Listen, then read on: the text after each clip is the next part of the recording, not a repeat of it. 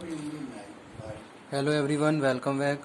आज हम बात करेंगे बिजनेस कम्युनिकेशन में how can you improve your listening skills. ठीक है, लेट्स स्टार्ट द टॉपिक।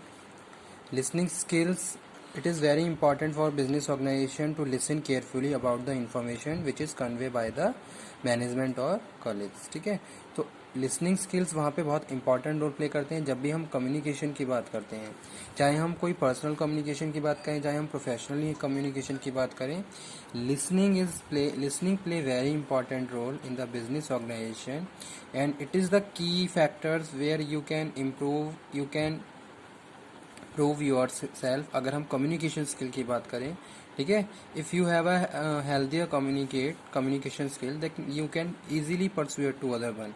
ठीक है, that time you have to listen carefully also and you have to speak properly also. तो वो यहाँ पे हम बात कर रहे हैं कम्युनिकेशन में दोनों ही फैक्टर बहुत ज़्यादा इंपॉर्टेंट रोल प्ले करते हैं, चाहे हम स्पीकिंग स्किल्स की बात करें, चाहे हम लिसनिंग स्किल की बात करें। ठीक है, एक गुड स्पीकर भी वही होता है जो बहुत स्पीकिंग के साथ साथ बहुत अटेंशन के साथ, बहुत कंसंट्रेशन के साथ अपनी ऑडियंस को और उनकी क्वेरीज को सुनता है। ठीक है, तो वो यहाँ पे हम बात कर रहे हैं लिसनिंग स्किल्स में। It means not only understanding the content of message but also understanding the feelings of the speaker. अब यहाँ पे आ जाते हैं हम लिसनिंग पे। लिसनिंग क्या है? अगर हम लिसनिंग स्किल्स की बात करें, listening is not only understanding the content message, means to say you have to listen, you have to understand the feeling of the speaker also. Suppose manager is saying something, ठीक है, manager is drafting such kind of information which is related to production process. That time you have to understand the feelings of the production manager also. Means to say if there is a target of one month and in the 1 month you have to produce 5000 unit. ठीक है, तो आपको क्या करना है, जो भी manager information convey कर रहा है उसमें उसके साथ साथ जो भी उसकी इंटेंशन है और जो भी उसकी फीलिंग्स है, आपको उन सारी चीज़ों को भी अंडरस्टैंड करना है। ठीक है, जरूरी नहीं है कि वो सारे प्रोसेस को ही कम्युनिकेट करे, सारा मैसेज पूरे जो भी इंफॉर्मेशन है वन बाय वन सारे इंफॉर्मेशन पे वो लाइट फ्लो करे। कुछ ऐसी इंफॉर्मेशन भी होती है जहाँ हम क्लोज के थ्रू, ठीक है, कुछ क्यूज आपको मिल जाते हैं, उसके थ्रू भी बहुत सारी इन्फॉर्मेशन आप कन्वे कर लेते हो। लेकिन वो सारी चीज़ें तभी आप फॉलो कर सकते हो जब आपके अंदर कुछ अच्छे लिसनिंग स्किल्स होंगे। तो वो यहाँ पे हम बात कर रहे हैं। यहाँ पे हम बात कर लेते हैं advantages of listening skill. Listening skill के एडवांटेज क्या क्या हो सकते हैं? It promote awareness.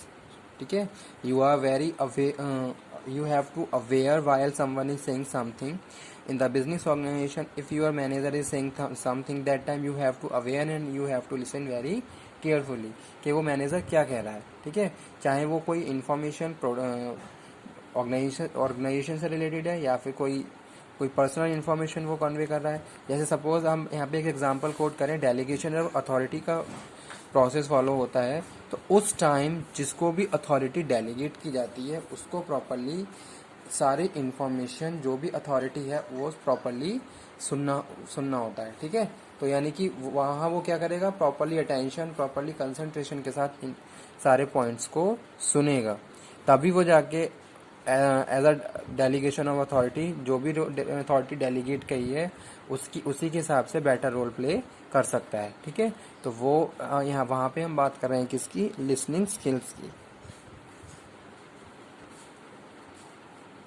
तो इसका एडवांटेज क्या है? It promote awareness. Second one, make better utilization policies. ठीक है, better utilization policy you can follow if you have a good listener while your manager and your department head convey you such kind of information which is related to business practices. ठीक है, तो जो भी business policy है, जो भी आपके strategy है, जैसे सपोज यहाँ पे हम बात करें तो क्या स्ट्रेटेजी है, किस तरीके से काम करना है, अगर वो सारी चीज़ें आपको कन्वे की जा रही हैं तो that time you have to listen carefully. Solve problem of the employer. ठीक है, solve the problems of the employer और employees. Such kind of problems is facing by the employees, that information, that problem considered by the management very carefully। तो manager क्या कर रहा है, उन सारी प्रॉब्लम्स, एम्प्लॉय की प्रॉब्लम को प्रॉपरली सुन रहा है जो वो फेस कर रहे हैं। तो उस टाइम इससे क्या है, एक तो आपके इंटरपर्सनल रिलेशन हेल्दी होते हैं।